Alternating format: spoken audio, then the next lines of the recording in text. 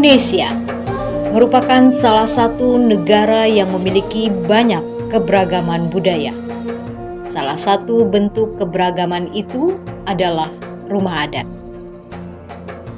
Rumah adat adalah bangunan yang memiliki ciri khas khusus, digunakan untuk tempat hunian oleh suatu suku bangsa tertentu.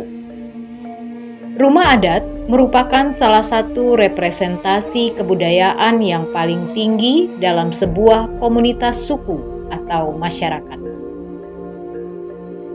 Salah satu peradaban besar di Sumatera Selatan adalah Komering.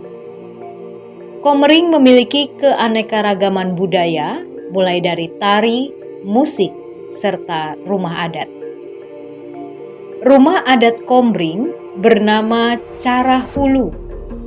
Penamaan Cara Hulu Komering ini adalah penamaan yang dimiliki langsung oleh suku Komering sendiri atau masyarakatnya sendiri yang menjadi pemangku adat dari suku Komering itu sendiri.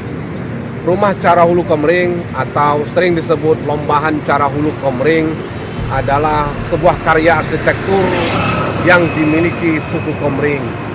Selain dari karya-karya lainnya yang sampai sekarang itu masih ada. Rumah Cara Hulu Komering ini adalah pengertiannya rumah sebagai kehormatan seperti halnya kepala. Makanya disebut itu Cara Hulu. Hulu di sini berarti kepala, bukan hulu itu disebut hulu bukan, tetapi hulu di sini adalah kepala. Makanya di dalam pelaksanaannya atau kesehariannya rumah Cara Hulu Komering ini memiliki aturan, memiliki tata cara, dan merupakan rumah kehormatan bagi keluarga besar. Rumah Cara Hulu Komering sebuah rumah tatanan kehidupan, baik untuk tatanan kehidupan keluarga kecilnya maupun tatanan kehidupan keluarga besar. Rumah Cara Hulu Komering tidak begitu populer maupun tidak begitu sehebat rumah tradisional dari daerah lain, tetapi rumah Cara Hulu Komering punya keunikan tersendiri, paling tidak dari segi tektonikanya, dari segi ukiran-ukirannya maupun dari segi bentuk. Rumah Cara Hulu hanya terdapat di pesisir Sungai Komering. Komering ini berada di 4 kabupaten di Sumatera Selatan, yaitu di Kabupaten Ogan Komering Ulu Timur, Kabupaten Ogan Komering Ulu Selatan, Kabupaten Ogan Komering Ulu, dan Kabupaten Ogan Komering Ilir. Keempat kabupaten ini masih memiliki rumah Cara Hulu Komering yang sangat unik sekali, tapi sayang kondisinya sekarang sangat memprihatinkan. Tidak sedikit pula rumah tua di Komering peninggalan leluhur sudah terpengaruh dengan kebudayaan Sriwijaya dan Kesultanan Palembang, yaitu rumah limas dan rumah gudang. Rumah Cara Hulu berorientasi terhadap sungai, yaitu Sungai Komering, sehingga arah hadapnya itu menyesuaikan dengan arah aliran sungai. Arah aliran sungai yang berimpit dengan rumah Cara Hulu Komering adalah sisi sampingnya, ya, bukan sisi depan rumah tetapi sisi sampingnya. Berbeda dengan rumah-rumah tradisional lainnya maupun yang rumah-rumah pada umumnya. Biasanya rumah pada umumnya itu kalau enggak dia berhadapan atau bagian depannya itu berhadapan langsung dengan air atau sungai, atau dia membelakangi sungai malah. Tetapi kalau rumah Cara Hulu Komering ini dia mendampingi sungai, yaitu sisi sampingnya atau sisi yang ada ruang tempat tidurnya atau kamarnya itu berada di sisi sungai, sehingga rumah Cara Hulu Komering ini adalah berdampingan, pengertiannya berdampingan dengan Sungai Komering, bukan berhadapan atau bahkan bukan membelakangi. Disitulah memberikan makna kepada masyarakat Komering bahwa sungai adalah bagian yang harus menjadi kehidupan, tidak boleh berhadapan atau tidak boleh kita bertentangan, maupun juga kita tidak boleh membelakanginya, tetapi kita harus hidup berdampingan dengan sungai, karena sungai adalah urat nadi dari kehidupan. Tentunya setiap rumah adat punya filosofi. Begitu juga rumah Cara Hulu Komering. Ukiran serta tiang-tiang rumah pun ada artinya dalam rumah adat Komering. Tentang arsitektur rumah Cara Hulu Komering, rumah Cara Hulu Komering memiliki ruangan yang plong ya, tidak ada sekat-sekat. Sekat yang ada hanyalah kamar tidur, itu pun sekatnya tidak masif ya, hanya berupa pembatas kain ya, kain.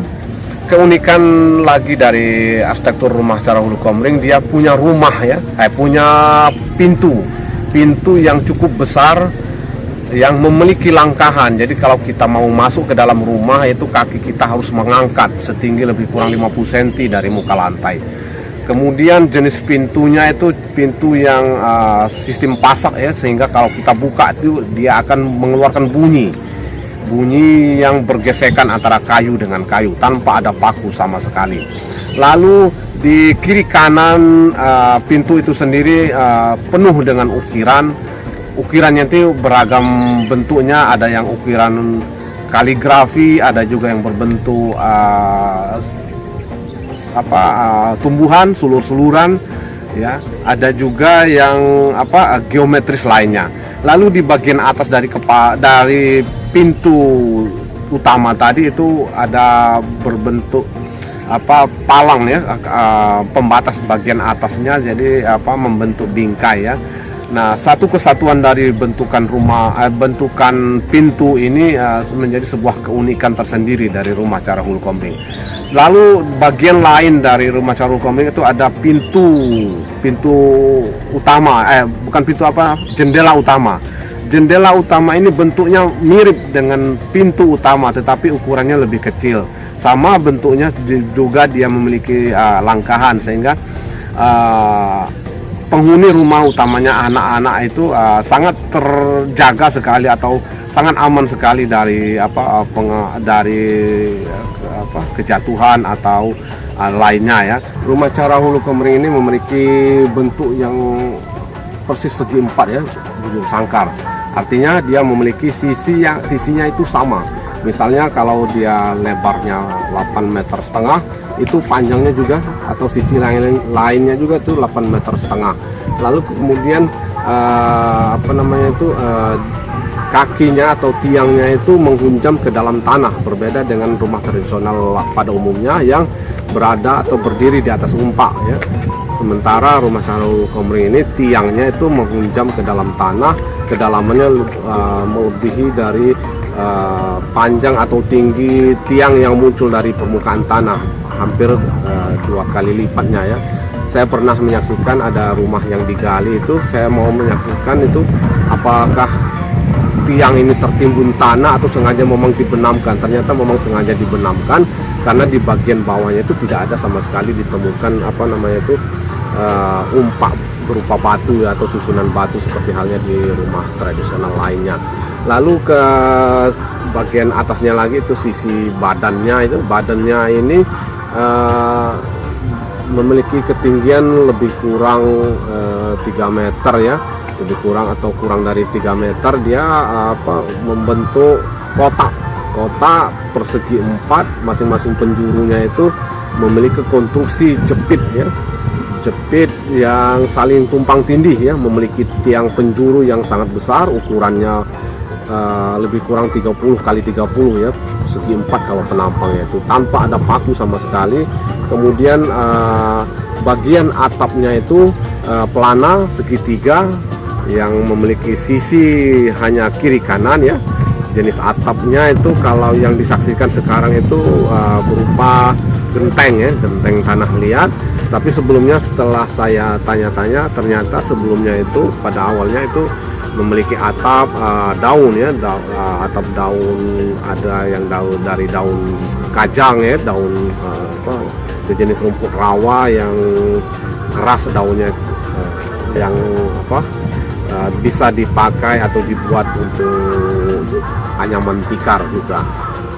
Kemudian ukuran yang uniknya lagi, ukuran dari atapnya ini, ketinggian atapnya itu mengambil dari ukuran diagonal dari dindingnya. Rumah adat ini lambat laun mulai hilang, tergusur oleh modernisasi. Pemerintah Kabupaten Oku Timur melalui bidang kebudayaan Dinas Pendidikan dan Kebudayaan berupaya melestarikan warisan leluhur ini. Timur, Pak.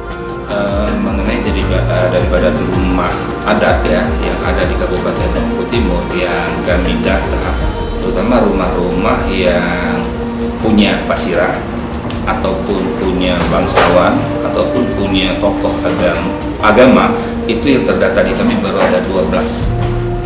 Rumah tersebut yang kami data dari mulai Bunga Mayang sampai ke Cempaka Gunung Batu itu rata-rata rumah pasirah ya, mantan-mantan pasirah pada waktu itu. Kemudian ada tokoh agama yang berada di Betung, dan kemudian ada rumah-rumah pangeran yang ada di Desa Menangan. Upaya kita yang pertama kita mendata apa saja rumah cara gudang ataupun cara hulu yang ada di Kabupaten Oku Timur, kita data dulu. Nah, dari cara mendata ini kita adalah yang diduga cagar budaya, itulah yang akan kita data. Terutama ini adalah yang memiliki nilai sejarahnya. Kita datangi tokoh-tokoh adat yang ada di tempat daerah tersebut. Kemudian narasumbernya kita gali bagaimana sejarahnya, bagaimana silsilah kepasirahannya. Kemudian kita foto, setelah kita foto lalu kita bentukkan sebagai bentuk buku. Itu yang tahap pertama.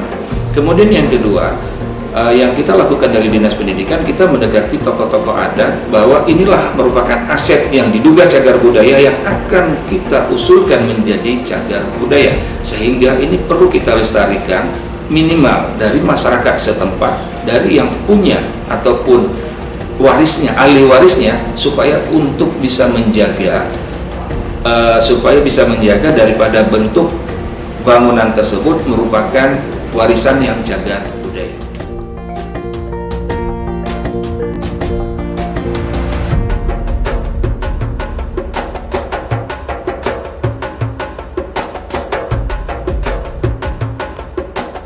Pelestarian budaya leluhur ini harus terus dilakukan. Semua warisan leluhur ini ada di tangan kita. Kita punya peran besar dalam menjaganya.